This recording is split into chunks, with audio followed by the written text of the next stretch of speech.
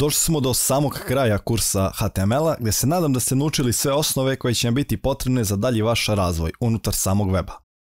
Ono što je bitno da razumemo jeste da HTML danas u svetu weba ne znači ništa bez CSS-a. Jer jednostavno naše stranice nemaju nikakav izgled što se tiče samog stilizovanja, već su nekako kao što ste vidjeli sami čist tekst sa nekom fotografijom ili videom. Da bismo uspjeli da ih stilizujemo i ono što nam je sljedeći korak za sve nas jeste CSS.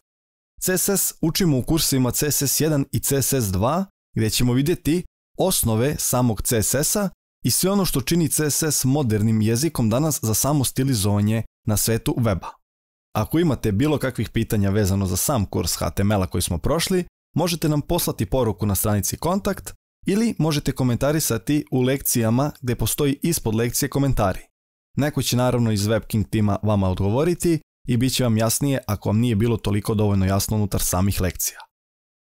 Savjet za vas, još jednom pređite ceo kurs HTML-a, naučite sve ono što smo mi izdvojili za vas što je najbitnije unutar samih osnova, a nakon toga vidimo se na kursu CSS prvi deo gdje ćemo učiti osnove samog CSS jezika. Vidimo se u nekom od narednih kurseva, a do tada veliki pozdrav!